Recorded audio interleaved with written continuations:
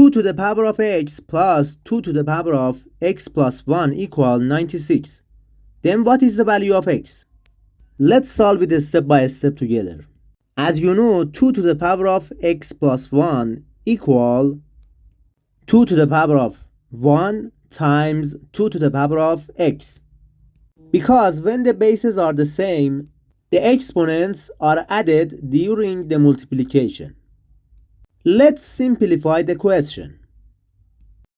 2 to the power of x plus 2 times 2 to the power of x, that equal 96. Now we can write the left side of the equation as follows. 2 to the power of x plus 2 times 2 to the power of x equal 3 times 2 to the power of x. Okay guys, 3 times 2 to the power of x equal 96.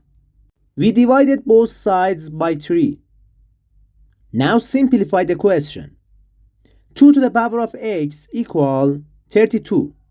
Okay guys, let's simplify. 2 to the power of x equal 32, and as you know, 32 equal 2 to the power of 5.